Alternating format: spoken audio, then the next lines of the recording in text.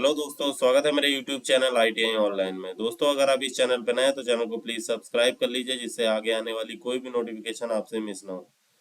दोस्तों, इस चैनल पे मैं ITI से रिलेटेड सारी जॉब्स और अप्रेंटिसशिप के बारे में आपको टाइम टू टाइम अपडेट करता रहता हूं, तो चैनल को प्लीज सब्सक्राइब कर लीजिए, जिससे को आगे आने वाली कोई भी नोटिफिकेशन आपसे मिस ना हो। चलिए दोस्तों, वीडियो को शुरू कर लेते हैं। तो वीडियो को शुरू करने से पहले दोस्तों मैं आपको एक चीज़ बताना चाहूँगा कि किसी भी एग्ज़ाम की तैयारी करने से पहले उसका सिलेबस का पता होना बहुत ज़रूरी है। अगर आपको सिलेबस पता होता है तो आप उस एग्ज़ाम की इजीली तैयारी कर सकते हैं और आपका टाइम भी बर्बाद नहीं होगा। तो दोस्तों, इस वीडियो में मैं आपको सिलेबस को एक एक चीज़ों को कवर करूंगा, जिससे आपकी कोई भी सारे डाउट इस वीडियो में क्लियर हो जाएंगे। आपको किसी से भी पूछने की कोई भी चीज़ ज़रूरत नहीं पड़ेगी। चलिए दोस्तों, वीडियो को शुरू कर लेते हैं। तो सबसे पहले मैं आपको बताना चाहूँगा, यहाँ पे इन्होंने यूपीपीसीएल की ओर से एक विज्ञप्ति जारी हुई थी। जैसा कि पिछले वीडियो में मैंने आपको बताया था कि किस स्टेट में कितनी वैकेंसीज निकली हुई हैं, आपको अप्लाई कैसे करना है, उसकी लास्ट डेट क्या है, कैसे कैसे आपको फॉर्म को फिल करना है कि आपका फॉर्म रिजेक्ट ना हो। तो आज हम इस वीडियो में डिस्कस करेंगे कि सिलेबस क्या रहने वाला है। तो सिलेबस बहुत ही अहम रोल निभाता है दोस्तों। तो चलिए दोस्तों, सिलेबस के बारे में बात कर लेते हैं। पहला पॉइंट था, इन्होंने प्रथम भाग की लिखित परीक्षा नीलिट के ट्रिपल सी स्तर का कंप्यूटर ज्ञान से संबंधित वस्तुनिष्ठ प्रकार के प्रश्न पत्र होंगे, यानी जिसमें 50 क्वेश्चन, टोटल 50 क्वेश्चन दिए जाएंगे। दोस्तों, इन्होंने इस पॉइंट में ये बताया कि नीलेट का जो ट्रिपल सी कोर्स होता है, उस कोर्स के लगभग 50 क्वेश्चन होंगे और प्रत्येक एक अंक का होगा, अर्थात यहाँ पे एक नंबर का एक क्वेश्चन होगा। टोटल 50 क्वेश्चन आपको दिए जाएंगे और इसमें निगेटिव मार्किंग भी है, जो 1/4 रखी गई है। सेकंड पॉइंट है, इन्होंने कंप्यूटर ज्ञान की प्रथम भाग की परीक्षा में कम से कम 20% अंक प्राप्त करना अनिवार्य होगा। दोस्तों, यहाँ पे अगर आपका 20% 20 नंबर से अगर कम कम आता है तो आपको यहाँ डिस्क्वालीफाई कर दिया जाएगा। अन्यथा की स्थिति में संबंधित अभ्यर्थी को हाँ न मानते हुए उसकी लिखित परीक्षा के द्वितीय भाग का मूल्यांकन नहीं किया जाएगा। दोस्तों, जैसा कि मैंने आपको बताया कि अगर आपके 20 नंबर से कम नंबर आते हैं तो आपको डिस्क्वालीफाई कर दिया जाएगा और आपकी कॉपी जांची नहीं जाएगी। तो ये मोस्ट इम्पोर्टेंट चीज़ है। इन दो लाइनों में इन्होंने बहुत ही क्लियर कर दिया है कि अगर आप 20 नंबर से कम लाएंगे अगर कंप्यूटर के इनके सिलेबस में, तो आपको ये डिस्क्वालीफाई कर देंगे और आपकी ये कॉपी जांची नहीं जाएगी। कंप्यूटर ज्ञान के प्रथम भाग में अर्जित अंक श्रेष्ठ मेरिट निर्धारण हेतु जोड़े नहीं जाएंगे। प्लस पॉइंट है दोस्तों, यहाँ पे इन्होंने एक चीज और बताई है कि ये खाली क्वालिफाइंग नेचर का है। अगर आपके 20 नंबर से कम आते हैं तो आपको डिस्क्वालीफाई कर दिया जाएगा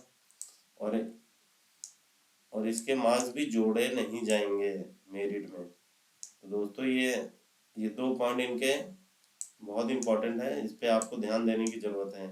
तो यानी कि आपको कंप्यूटर का कोर्स भी पढ़ना पड़ेगा, जो कि ट्रिपल सी का है, जो कि काफ़ी कठिन नहीं होता। अगर आपको दिक्कत आती है तो मैं आपको बुक्स भी सजेस्ट कर दूंगा, प्लस आपको बता भी दूंगा कि कहाँ से आपको वो चीज़ें मिल जाएंगी, वो क्वेश्चन।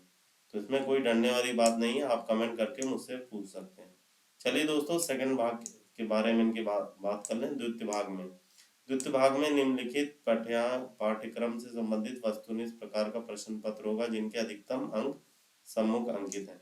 यानी कि उन्होंने यहाँ बताया हुआ है कि कैसे कैसे यहाँ पे सिलेबस है इनका। तो यहाँ पे इन्होंने नेगेटिव मार्किंग 1/4 इसमें भी रखी है। तो देख लेते हैं, एक एक चीज को डिस्कस कर लेते हैं कि क्वेश्चंस कहाँ से आपके पूछे जाएंगे। सबसे पहले नंबर है आपका सामान्य अध्ययन एवं तार्किक ज्ञान, जिसको इंग्लिश में रीजनिंग भी बोलते हैं। इसके दोस्तों टोटल 20 क्वेश्चन होंगे और जिसके मार्क्स होंगे 20 नंबर का 20 क्वेश्चन होंगे। दोस्तों, यहाँ पे रीजनिंग दोस्तों आपकी सिंपली रीजनिंग आती है, जैसे कि आपको गैपिंग वाले क्वेश्चंस रहते हैं। जैसे मान लीजिए यहाँ एक दिया हुआ है, उसके बाद आपको 2 दिया, इसके बाद आपको 3 दे दिया, उसके बाद नेक्स्ट में आपका आंसर में क्या रहने वाला है, तो उसके बाद 1 2 और 3, इसके बाद 4 आ जाएगा। ऐसे ही स्क्वायर वाले भी होते हैं, 1 का स्क्वायर, फिर उसके बाद 4 आ गया, उसके बाद आपका 9 आ गया, देन अगला संख्या क्या होगी 16। दोस्तों इस तरह के क्वेश्चन होते हैं, ब्लड रिलेशन वाले आपके क्वेश्चन पूछे जाते हैं, प्लस डायरेक्शन वाले। तो ये एक नॉर्मल क्वेश्चन होते हैं, अगर आप एग्जाम की तैयारी कर रहे हैं तो आपको ये चीजें भलीभांति इससे परिचित होंगे। तो नेक्स्ट है आपका दूसरे नंबर का सामान्य हिंदी हाई स्कूल सामान्य स्तर के क्वेश्चन। जो सामान्य हिंदी है वो हाई स्कूल स्तर की रहने वाली है। टोटल यहाँ 15 क्वेश्चन होंगे और अधिकतम मार्क्स इसके 15, यानी कि 15 क्वेश्चन 15 मार्क्स के होंगे दोस्तों। और हिंदी आपकी जैसे मुहावरे हो गया, पर्यायवाची हो गया, समानार्थी शब्द हो गए, विलोम शब्द हो गए, और एक पैसेज आपसे पूछा जाता है। नेक्स्ट हम तीसरे नंबर पर बात कर लें सामान्य अंग्रेजी की। ये भी हाई स्कूल स्तर का है दोस्तों। यहाँ पे टोटल 15 क्वेश्चन होंगे 15 मार्क्स के। दोस्तों सामान्य अंग्रेजी की बात कर लें तो यहाँ पे इंग्लिश में आपके प्रीपोजिशन से क्वेश्चन आ सकते हैं। जैसे आपको आर्टिकल दिया जाता है तो उससे क्वेश्चन आ सकते हैं, और आपसे एक पैसेज दिया जाएगा, उस पैसेज के नीचे उसके ऑप्शंस होंगे, वहां से आप उसका आंसर इजीली फाइंड आउट कर सकते हैं। तो ये भी कोई डिफिकल्ट नहीं रहने वाला है। बस आपको ध्यान देने की जरूरत है कि मोस्ट इम्पोर्टेंट आपको एक्टिव पैसिव और exclamatory sign question mark sign के बारे में पता होना चाहिए, कहाँ कौन सा साइन लगेगा। उससे भी क्वेश्चन आपके पूछे जाते हैं। आर्टिकल से क्वेश्चन आएंगे, वॉवेल से क्वेश्चन आएंगे दोस्तों यहाँ पे। नेक्स्ट है आपका तकनीकी विषय ज्ञान, यानी कि ये इलेक्ट्रीशियन थ्योरी के क्वेश्चन यहाँ रहने वाले हैं दोस्तों। टोटल यहाँ पे 150 क्वेश्चन होंगे 150 मार्क्स के। दोस्तों यहाँ पे जो 150 क्वेश्चन आपके रहने वाले हैं वो पूरी तरीके से थ्योरी के रहेंगे, और ये थ्योरी आप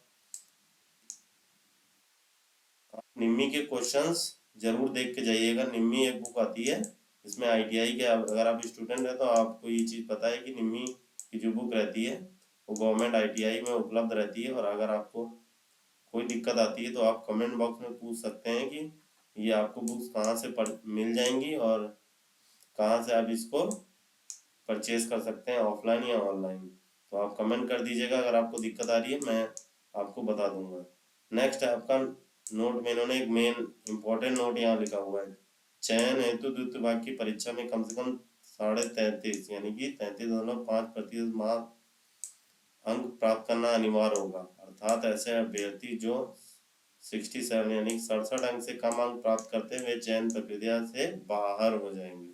दोस्तों यहाँ पे बहुत ही इंपॉर्टेंट नोट इन्होंने लिखा हुआ है कि अगर आपके 33.5 यानी कि 33.5 मार्क्स से कम मार्क्स आते हैं तो आपको डिस्क्वालीफाई कर दिया जाएगा, जो कि टोटल 67 अंक बनते हैं यानी कि 67 मार्क्स बनते हैं। अगर आपके 67 मार्क्स से कम आ रहे हैं तो आपको डिस्क्वालीफाई कर दिया जाएगा, भले ही वो सीट भरे भरे ना जाए, चाहे वो बैकलॉग में ही क्यों ना चली जाए, वो आपको बाहर कर देंगे प्रतियोगिता से।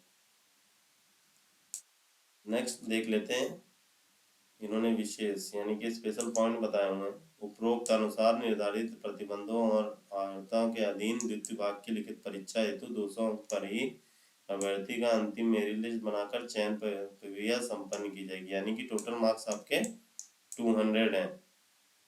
कितने हो जाते हैं टोटल मार्क्स दोस्तों? 200 मार्क्स आपके टोटल मार्क्स रहने वाले हैं।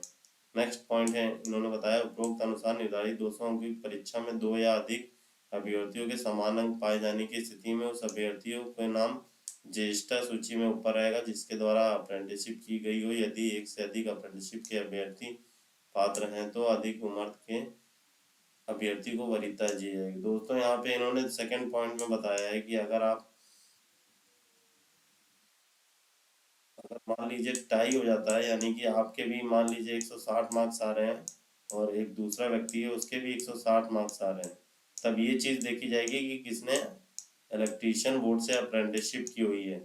तो अगर मान लीजिए दोनों ने अप्रेंटिसशिप की हुई है तो उस समय चयन किसका किया जाएगा दोस्तों? उस समय उम्र देखी जाएगी। और पहले पॉइंट में इन्होंने बताया अगर आप अप्रेंटिसशिप एक ने किया है और एक कैंडिडेट है जिसने नहीं किया है, तो वो जिसने अप्रेंटिसशिप किया है उसको इजीली वो ले लेंगे और आपको डिस्क्वालीफाई कर देंगे।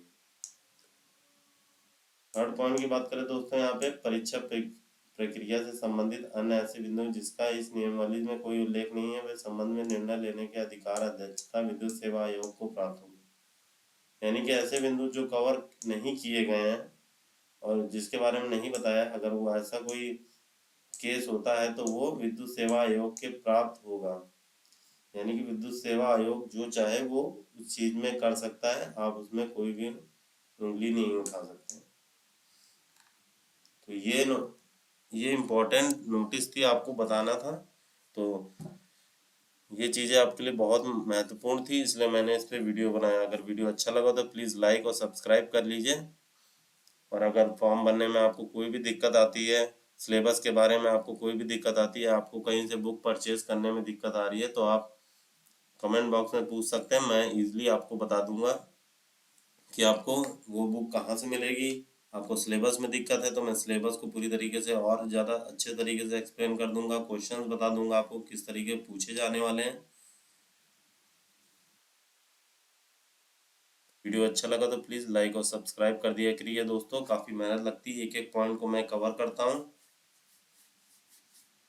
और कमेंट बॉक्स में प्लीज़ लिख दिया करिए आपको अगर कोई भी इम्प्रूवमेंट, अगर ऐसा लगता है कि वीडियो में कुछ चीज़ें छूट नहीं तो आप कमेंट बॉक्स में उसका जिक्र कर सकते हैं, मैं अगले वीडियो उस पर बना दूंगा। ओके, जय हिंद।